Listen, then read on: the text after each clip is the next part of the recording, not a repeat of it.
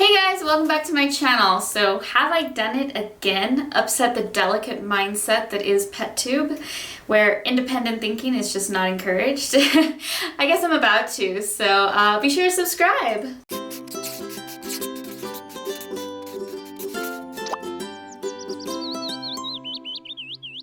This video is sponsored by 5-strand affordable allergy testing. Now, this is one of the best things I've ever done for my pets. I took hair samples from them, sent them into this company, and was able to find out what type of food intolerances my dogs have. This has helped so much in cutting down on the allergic reactions that my dogs have had to food or environmental things or whatever.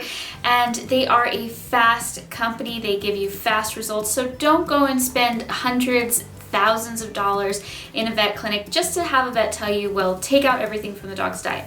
No, instead, get a test from 5-strand allergy testing, send in your dog's hair sample, and find out immediately what is going on with them and how you can help them feel better. So today I wanted to talk about predator-prey relationships, and it's because lately I've seen a lot of people, mainly like on Twitter, shaming predator-prey relationships when people let dogs interact with smaller animals like birds or small mammals. So a predator-prey relationship is just when you have a predator who's a dog or a cat interacting with a prey animal who's a smaller animal like a rabbit or a bird. And really this just happens all the time. I mean, there's so much pet shaming done online, so it's nothing new, but it's something I've been thinking about recently because I've just been seeing so much of it. And here's the thing, this is not a black and white issue. Now I want to make it clear, as a pet owner, you do have a huge responsibility to keep your pets safe. And sometimes bigger pets can hurt smaller pets. But to go around saying that no predator-prey relationships should exist is just an inaccurate statement. To be saying that don't ever let it happen, it's not a truthful statement. It is belittling, it is inaccurate, and it's really just fear-mongering. So hear me out, because there's something that people are completely ignoring when they say these blanketed statements. There are dogs that have been bred for hundreds of years to be around smaller animals that are considered prey.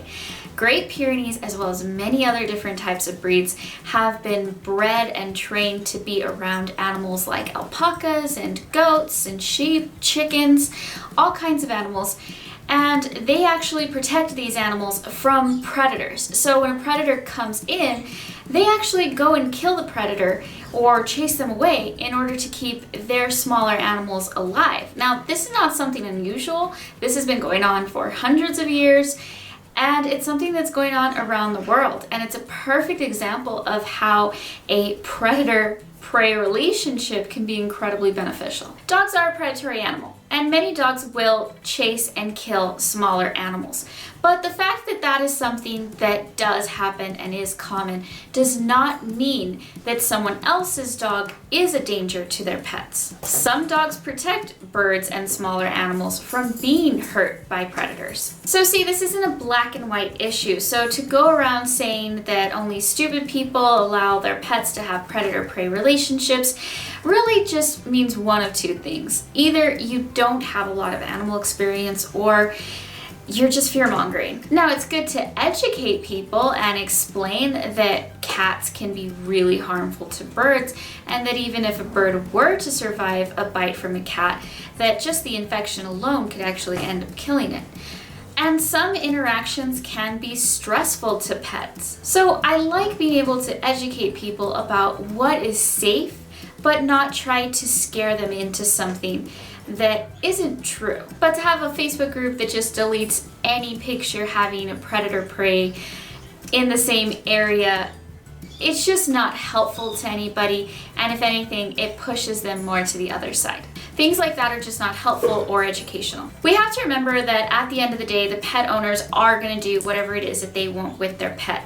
And we can hope that they do the right thing, but we can't force them into doing a certain thing. And this type of bullying, this type of pet shaming online pushes people more to do the opposite of what it is that you want them to do. I think sometimes some of us, and I'm guilty of it too, get caught up in this Pettube world, in this online pet community where everything is so intense. And it's just not like that for for the rest of the world. Like, real life isn't actually like that. There's an online group that focuses on every single thing that we do as pet tubers or influencers and criticizes our every move. And honestly, the online pet community is one of the most toxic places on the internet. So next time, before you write a nasty comment towards somebody that hates their pet, stop and think. Is the animal actually being harmed?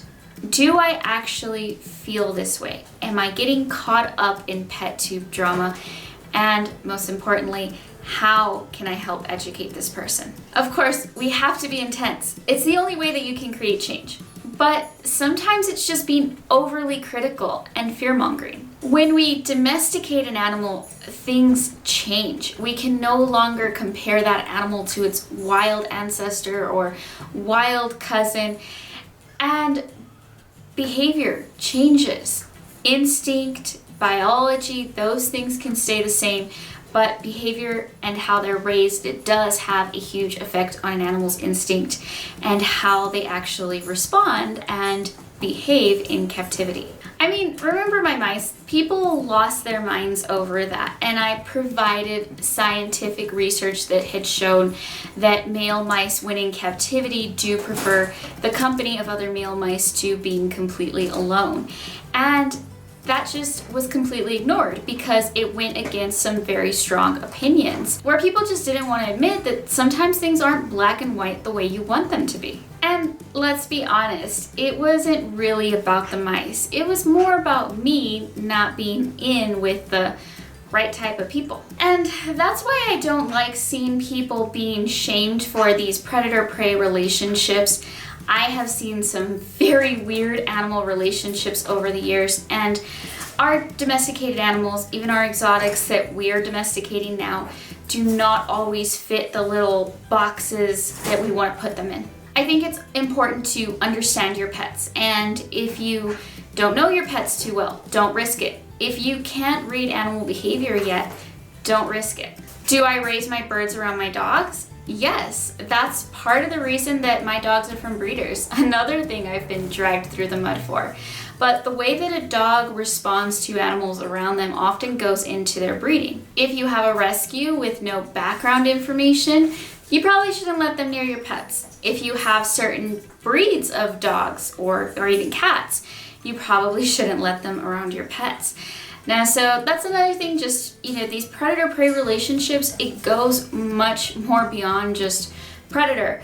It's the type of predator, it's the breed, it's how they're raised, it's so much more. So I just wanted to say that predator-prey relationships are something that do exist in captivity. And not only are they sometimes safe, sometimes they're incredibly beneficial and necessary. Do dogs and cats still pose a risk to smaller animals?